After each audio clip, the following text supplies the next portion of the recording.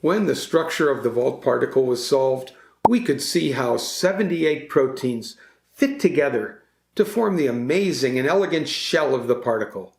We thought that vaults assembled inside the cell by the same process that viruses use to form their structures. It's called self-assembly. We tried to demonstrate that vaults formed by self-assembly. We were baffled in our results. We could easily take vaults apart, but we couldn't put them back together. I was beginning to think that vaults were like Humpty Dumpty, where all the king's horses and all the king's men couldn't put Humpty together again.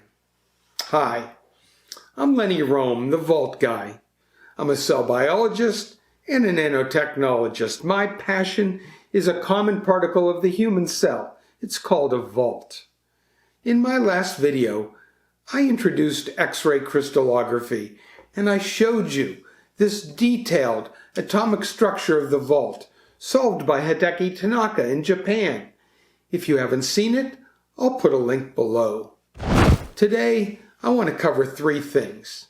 First, I'll describe our vault self-assembly model.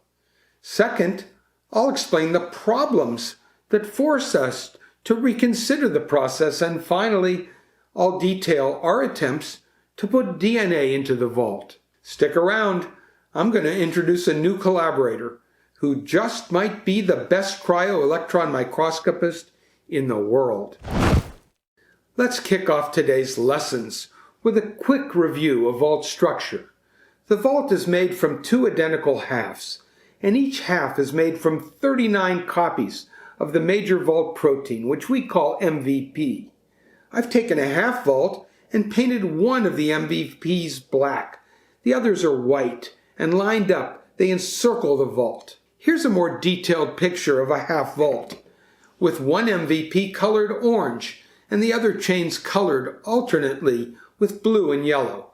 If you look at the vault from the end, like so, you can actually count all 39 MVP chains in each half of the vault. When I first saw the high-resolution vault structure by Hideki Tanaka, I was a bit confused. I didn't understand how nature could work in multiples of 39. It wasn't until 10 years later when Jan Mrazek, a postdoc in my lab, solved our efforts to understand vault assembly. We thought that 39 MVPs came together to form half vaults, and that two halves came together to form the full vault. However, there were some serious problems with our simple assembly model. First, when we expressed the MVP gene in insect cells, we never found free MVP protein chains produced by the cells, only assembled vaults. We looked high and low, but could not find any free MVP proteins hanging around in the cell. In addition, when we took a vault apart into its individual MVP protein chains, we could not get them to reassemble back into vaults, no matter how hard we tried, and believe me, we tried very hard. Jan got interested in the assembly problem because of a different project he was working on that he couldn't get to work. You see, Jan wanted to package DNA into a vault. We thought that if we could make a vault from an MVP that had a large number of positively charged amino acids at the waist of the vault, the half vaults that would assemble from these MVP chains would have a ring of positive charges at their waist, and that these charges would repel each other and prevent the vault from forming. Remember in episode 7, I told you about the structure of DNA and its negatively charged phosphate backbone. We thought if we added some DNA to these half vaults, the negatively charged DNA could bind the positively charged vault halves, thus neutralizing the charges and allow the two halves to come together. So, to do this experiment, Jan fused a 51 amino acid human protein called protamine to MVP. Protamine is a small protein important for packaging DNA inside the head of a sperm cell. 24 of the 51 amino acids of protamine are the positively charged amino acid arginine.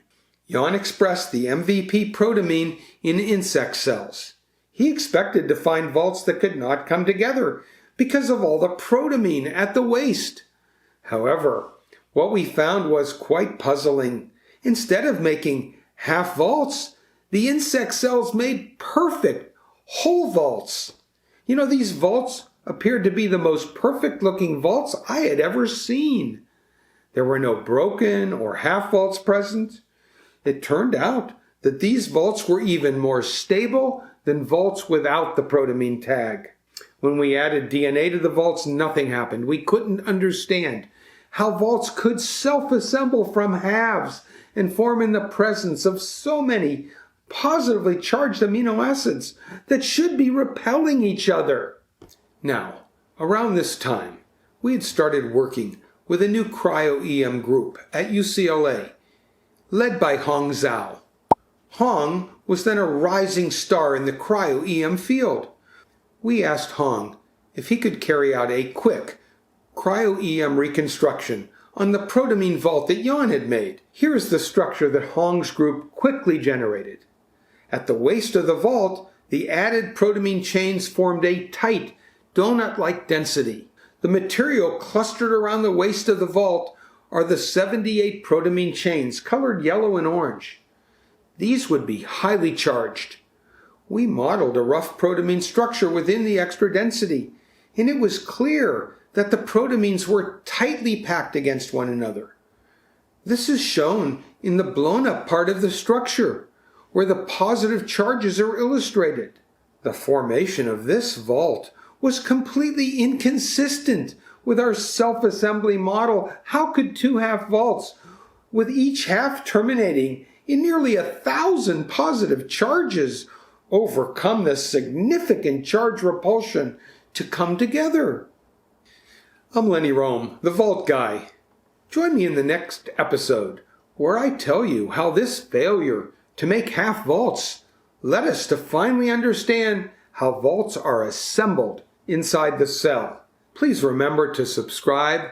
And finally, I want to shout out a special thank you to an elite group of loyal vaulters who have taken the time to watch all of my lessons. Your dedication is what keeps me going.